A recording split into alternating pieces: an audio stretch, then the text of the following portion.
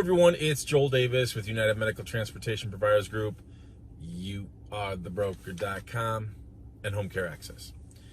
I will work to be brief out of necessity, but because I'm going to have a very busy week this coming week, I figure I better shoot this video right now to answer a lot of questions. Okay, we've had I sent out a newsletter a short time ago where I shared with you an image of a director of purchasing from a very large hospital complex on the East Coast. And my client provider and I were able to score a sit down with them because they are literally paying $6,000 per day for hospital discharges.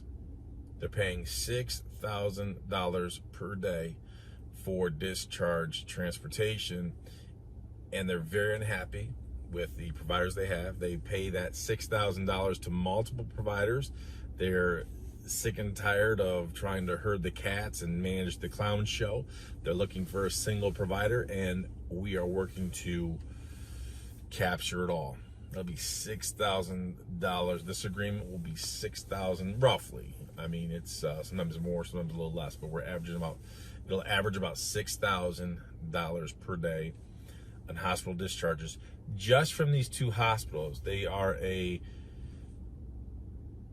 have 5 or 6 hospitals. I forgot which one. I think maybe I'm confusing them with another complex, but regardless, just these two hospitals that this particular director manages is $6,000 per day, Monday through Friday. Is less than that on the weekends. It's closer to $2,000 or $3,000 on the weekends. Regardless, as you can see, that's a lot of money.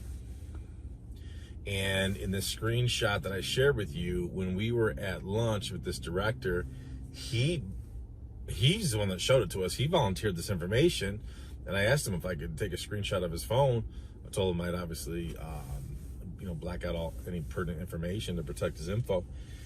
But while we were at lunch, and he said every few hours he gets these updates, so whoever generates this and sends it to him, whatever, in that image that I shared in that newsletter, it was something like they had like 20, between the two hospitals, they had something like 20 something, like mid-20s in terms of people sitting in their waiting rooms.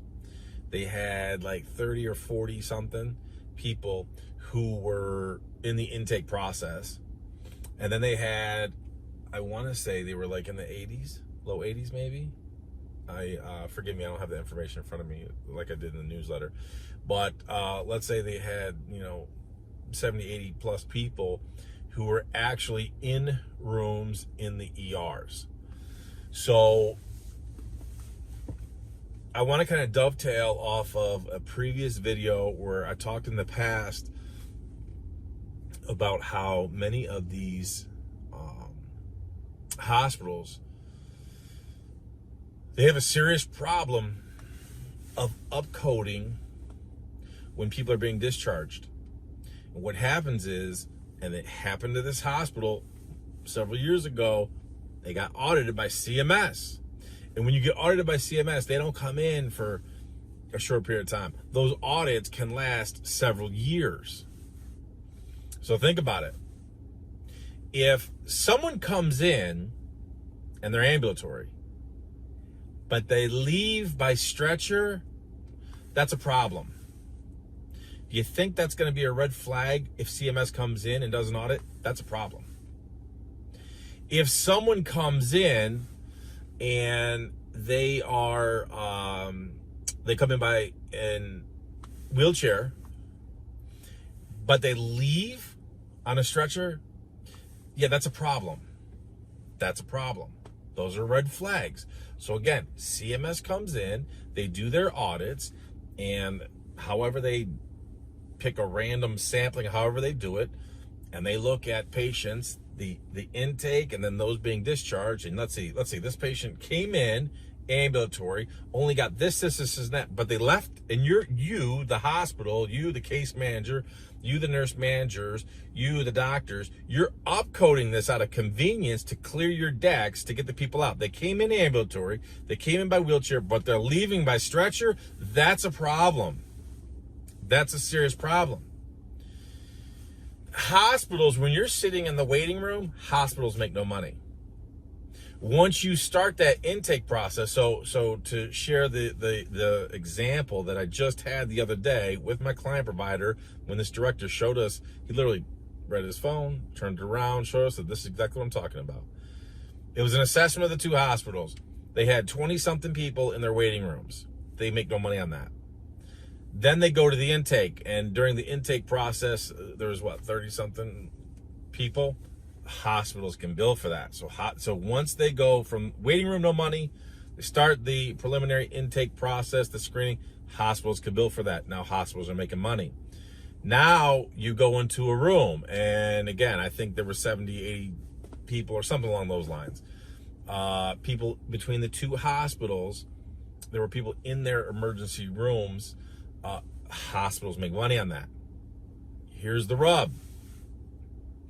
If they can't turn over those beds and you have to get admitted to the hospital, but you really shouldn't be there because there's really no medical necessity, who's taking that loss? The hospital. The hospital. It behooves the hospital to get you out. The hospital needs to have you gone. So you say, why would this hospital pay $6,000 a day to clear their decks? Because they make no money. They're making no money. So think about it. They're paying that money to get the people out so they don't risk having them stay overnight. And who carries that burden? The hospital. They bear that burden because they can't bill for it. And again, this is where so many of these hospitals and the ER, the emergency departments, they live in fear of these audits, because at the end of the day, again, if you come in ambulatory, wheelchair, you leave stretcher, hello, that's a problem. That's a problem. So I share this with you because, again, it's you watching this video. I've stressed it several times again. And I know there's a lot of free crap online. I know there's a lot of software companies that keep posting all of this, how to do this and that in the NEMT business, but they've never done it themselves. They're strictly a software platform, and they're giving you poor, foolish, nonsensical broker advice designed to enslave you, get you using their platforms, which are integrated with the brokers. So it's that incestuous relationship that once you get onto their plantation, you're going to stay in that little ecosystem. And the brokers, they feed you the trips. It's low-hanging fruit, low ROI. They get to see everything you're doing. Anything you do externally outside of the brokers, they can see it. They can monitor everything. So they're going to give you lower rates of reimbursement, have higher rules and regulations, all while we're having problems. Every single business, every single industry has problems with HR and hiring and employee retention for good quality employees. So you need to, I can't implore you enough to please be exceptionally wise, practice good wisdom and discernment on who you possibly listen to regarding this industry, home care. You know, so many people online will make videos, share the obvious, the medical transportation, you can transport these people here, you can transport them there, but they don't show you how. Their version of strategy is, hey, here's my call script. Would you like to purchase my call script? Folks, if you think that this business and being able to build, grow, scale, and then sell at a future multiple, if you really think that the strategic plan is to purchase a call script so that you can call places, and have what, a good sales speech, you really think that is going to convince, that's going to implore, that's going to motivate a case manager, a unit secretary, any type of administrative executive, whether it be an executive director, administrator, or anyone below? You really think because I purchased these call scripts and I'm going to call people, or other people peddling their nonsense online, their version of marketing or customer engagement is to fax your business card? Folks, if you want to win big, you got to play big. And that doesn't mean we make foolish decisions. Everything that we teach is about a slow, controlled, systematic growth process. Process is key. It takes time. It's a process. Versus all of these people online who all they know and all they can comprehend, all they know is broker, broker, broker. My client provider, who is now poised to get this contract as the single provider, gets first rights to refusal for everything. $6,000 per day average, Monday through Friday, about half on Saturday and Sundays. Do you think that he's in the position he's in because he followed everybody else online, where it's just brokers?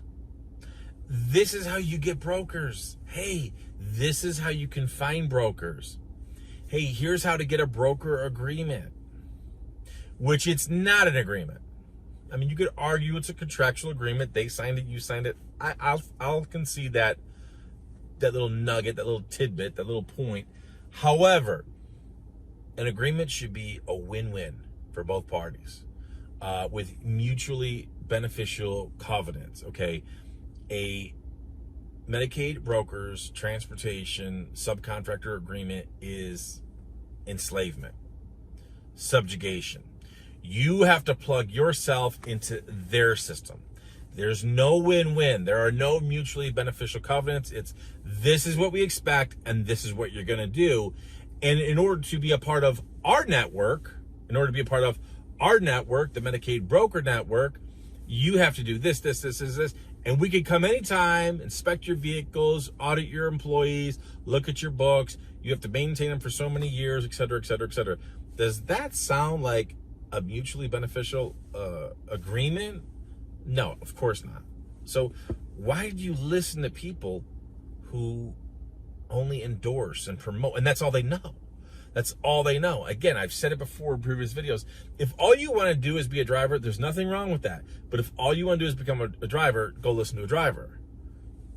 If you don't have a vision for building, growing, scaling, and selling at a future multiple to legitimately have something of real value, then honestly, I would tell you, and I don't say this to belittle anybody, but I would tell you, if you're just looking for a part-time gig or something along those lines, go drive for Uber or Lyft. You could literally start tomorrow. You will not have to change anything, invest into any type of real assets. If you have a decent car right now, you're ready to go. You may have to get a little augmentation, a little supplementation for your insurance, but that's it. So your cost is, your barrier to entry is nothing. Do that. I would seriously encourage you. If you think, and I know there's a lot of people and all these platforms out there that are promoting, start with one vehicle, your own sedan, start with your own minivan, start with your own car. Anybody who is suggesting that, turn and run as fast as you can, and do not look back lest you turn to salt. Do not look back.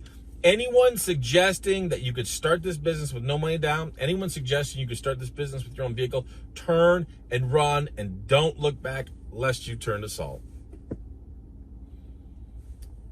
I promise you folks,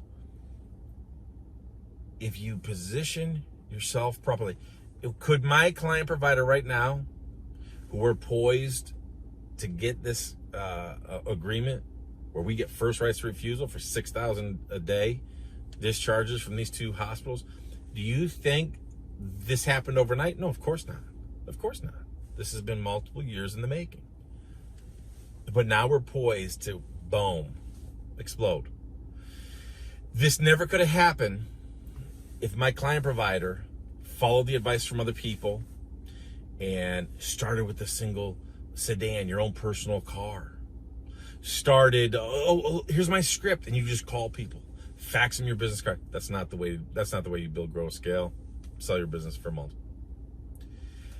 I have to run, so I'm not sure when I'll be able to make another video. You have to give me a little bit of time, because I know for an absolute fact the next 2 weeks are going to be exceptionally busy for me. So I encourage you, please, make good decisions. Be exceptionally weary of who you listen to online. If you watch any of my previous videos, or just the recent ones where I talked about our new client provider who has lost almost, it was closer to 185,000. So I say 200,000 for convenience. She's lost almost $200,000 by listening to the wrong people. And all they did was sell her on the hope and dreams and all the hopium of brokers and everything. You got to sign up with Motive Care. Now, almost $45,000 later, we're still working to collect that money. Do you think that she's not stressed? Do you think that this hasn't been a burden for her? Do you think that she went in with these intentions? This is the result of when you listen to foolish people. If you listen to foolish people, you're going to play foolish games. That's just fact. Listen to foolish people, take foolish advice, play foolish games, get foolish results. Folks, I have to run, but stay tuned. Keep checking your email. We will at least try to send some updates between now and the next video. Stay tuned. When you do, I'll see you at the top.